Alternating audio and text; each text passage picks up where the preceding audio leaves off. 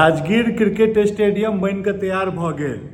आई नीतीश कुमार जी एकर उद्घाटन करथिन और अहाँके बता दी 633 करोड़ के बजट में बनल ये स्टेडियम, जेमे 40,000 से 45,000 तक दर्शक बैस सकै छै, लाइव मैच देख सकै छै। सिडनी क्रिकेट ग्राउंड के तर्ज पर एकर पूरा लुक राखल गेल छै। और ये स्टेडियम जे छै शायद 12 अक्टूबर 2018 के नीतीश जी एकर नींव रखने छलखिन और अपन जतऽ से बिलोंग करै छथिन नालंदा, ओतऽ ये स्टेडियम बनि रहल छै। राजगीर में ये स्टेडियम बनि रहल छै, बनि चुकल छै ऑलमोस्ट। और बता दी कैपेसिटी के हिसाब से देखल जाए ये भारत के टॉप 5 में आबि सकै छै, कियाकि नरेंद्र मोदी स्टेडियम, ओकर इकाना स्टेडियम ऑलमोस्ट मतलब बुझो कि 40-45 हजार वाला बहुत कम स्टेडियम छै जेमे दर्शक बैस के देख सकै छै। बहुत जगह सोशल मीडिया पर चल रहा है बिहार को मिला पहला इंटरनेशनल क्रिकेट स्टेडियम। जी नहीं, गलत है।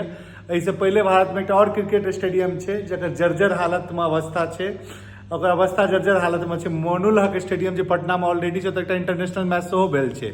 लेकिन मौजूदा जो BCCI का और ICC का जो पैमाना है, ओहिमे पैमाना पर ई राजगीर क्रिकेट स्टेडियम बन के तैयार भेलै और ओहिमे सब फैसिलिटी बहुत बढ़िया तरीका से छै। और अहाँ बुझियो कि बिहार के लेल एक बहुत स्वर्णिम अक्षर में ऐसे 5-7 साल पहले ना हम अहाँ नहीं बुझ सकै छलियै कि चलू कतौ बिहार में कोनो स्टेडियमो बनते और जे कहलहुँ बिहार के लिए सबसे स्वर्णिम अक्षर में ये स्टेडियम के बारे में लिखल जेते। हम तो बहुत खुश छी और बहुत गौरवान्वित महसूस कर रहल छी कि अबै वाला टाइम में IPL के मैच भ सकै छै या इंटरनेशनल मैच या रणजी के मैच सब जे छै अपना सब देख सकै छी। बिहार के ऑलरेडी एकटा स्टार युवा बैट्समैन वैभव सूर्यवंशी जे छै पूरा धूम मचेनहिए छै। वो अपन जन सोचियो जन नालंदा में राजगीर में वो अपन स्टेडियम पर उतरते और एक चौका छक्का मारते तो पूरा विश्व ओतऽ से देखनाइ और की महसूस हेतै सबके। होम ग्राउंड एडवांटेज होइ छै। ओकर पिच जे छै काली मिट्टी से शायद बनायल गेल छै, जाहिमे मेन पिच के लेल शायद मुंबई या कलकत्ता से मिट्टी आनल गेल छै, बाकी मोकामा के बाकी पिच के लेल मिट्टी यूज करल गेलै है।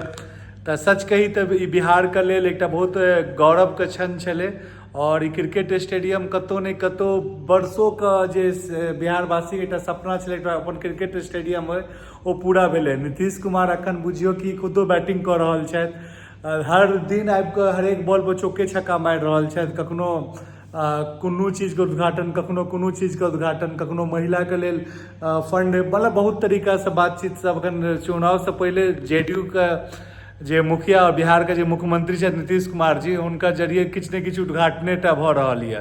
तऽ अहाँ की लागि रहल जे क्रिकेट स्टेडियम बनलै कि हुनकर लेल एकटा गेम चेंजर रहतै कि चुनाव में। बाकी क्रिकेट स्टेडियम के लेल बहुत बहुत शुभकामना पूरा बिहारवासी के।